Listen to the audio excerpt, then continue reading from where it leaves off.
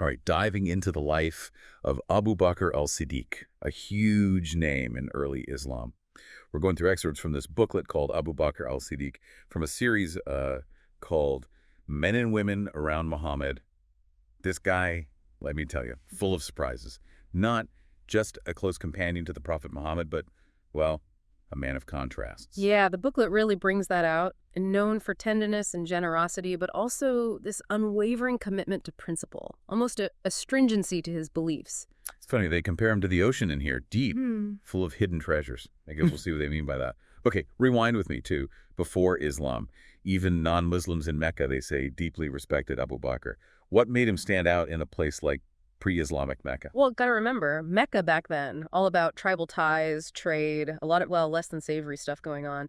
But Abu Bakr, he had this reputation for honesty, deep knowledge of Arab history, genealogy, stuff people really valued. So, already a bit of a scholar, respected figure, but he was also successful, right? A merchant. Exactly. Wealthy trader, but known for his generosity, not clinging to wealth, sharing it freely.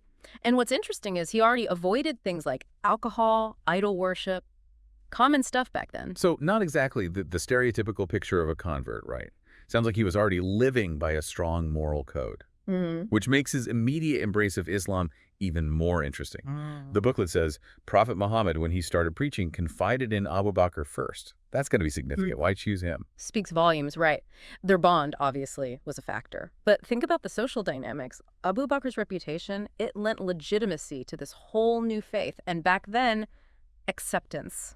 Far from guaranteed. Yeah, first adult male convert. Yeah. Talk about courage, right?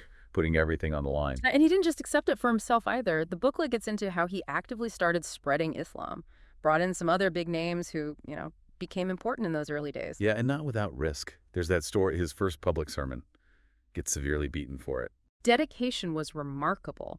Booklet describes how, even near death, his biggest concern was for the Prophet's safety. Wow. Okay, so things are heating up in Mecca. The Prophet's in danger, gets the divine instruction to flee to Medina. Now the story takes a real turn. For sure. The source describes the secret departure, a clandestine escape.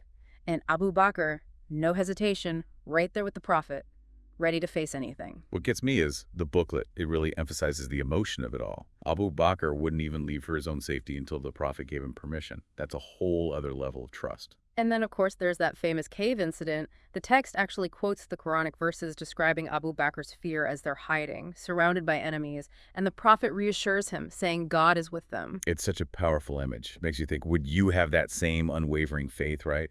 But this is where it gets really interesting. The booklet brings up this lesser-known story about Abu Bakr's son, Abdul Rahman. Yeah. During the Battle of Badr, Abdul Rahman's actually fighting against the Muslims. Imagine that inner turmoil for Abu Bakr, his own son on the opposing side. It's hard to even grasp that tension, father versus faith. And then later, after Abdul Rahman converts to Islam, they have this incredible exchange. Abdul Rahman tells his dad, I could have killed you in battle, but I chose not to.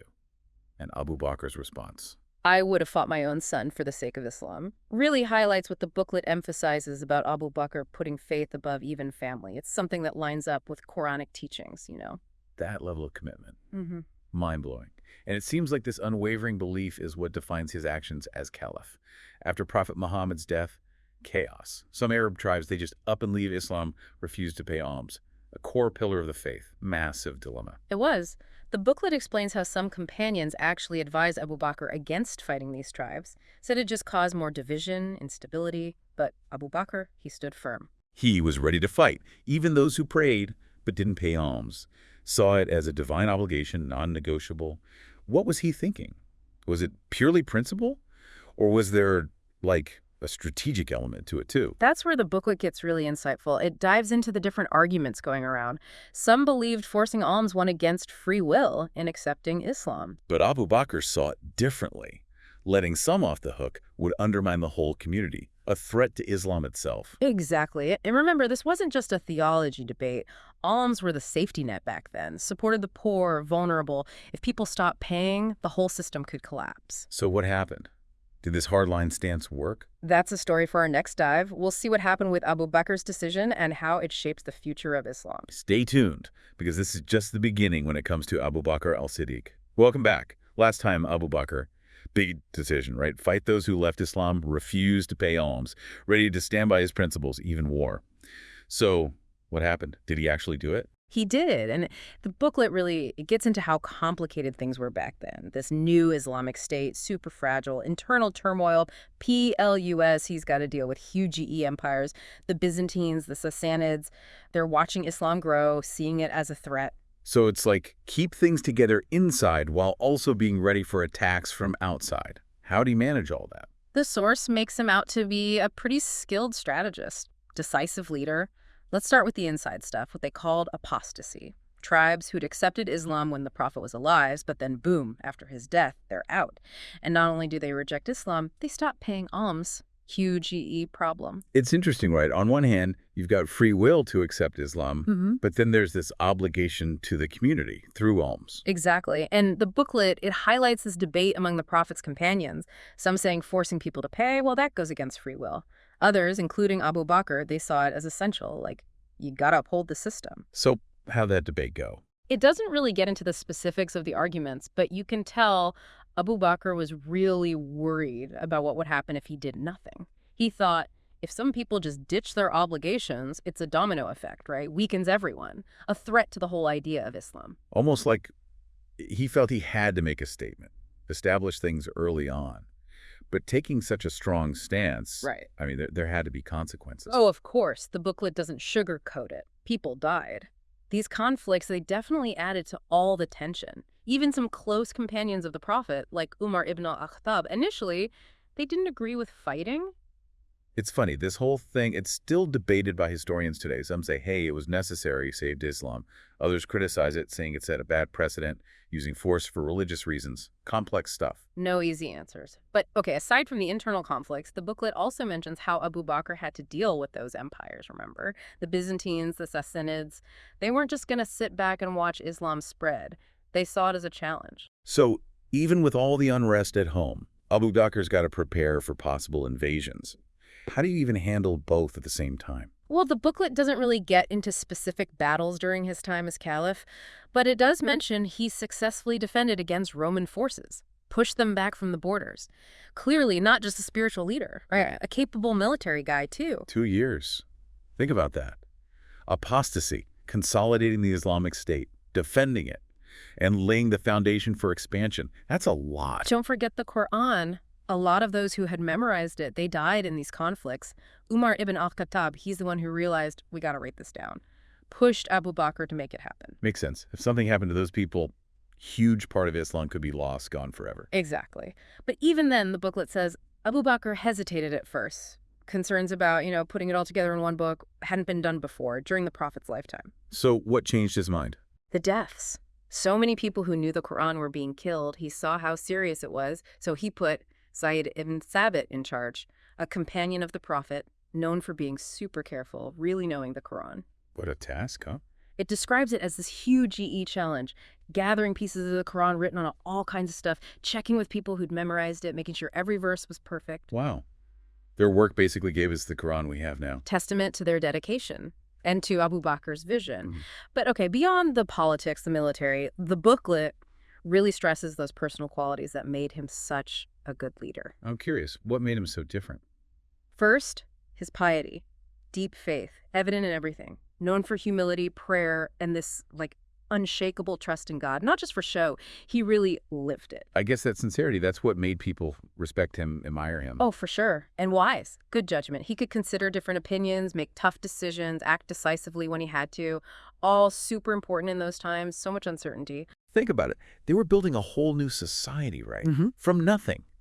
Government dealing with internal and external problems, all while trying to stay true to Islam. Daunting. No kidding. And Abu Bakr, his leadership, essential. Yeah. Shaped everything that came after. But it's not just about those early years. His impact goes way beyond that.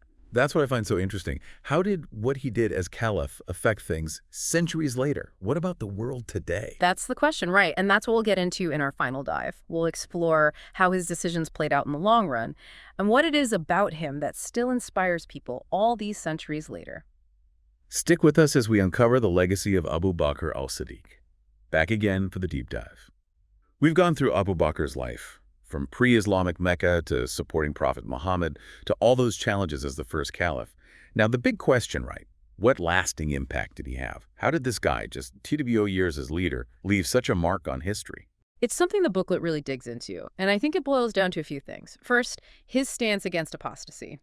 Controversial, yeah, but it unified the early Muslims. After the Prophet died, things could have fallen apart easily. But Abu Bakr, what he did, it sent a message. Like, we're in this together, even if we disagree. It's like he set the ground rules, right? A Mm-hmm. defining moment for the early Muslim community.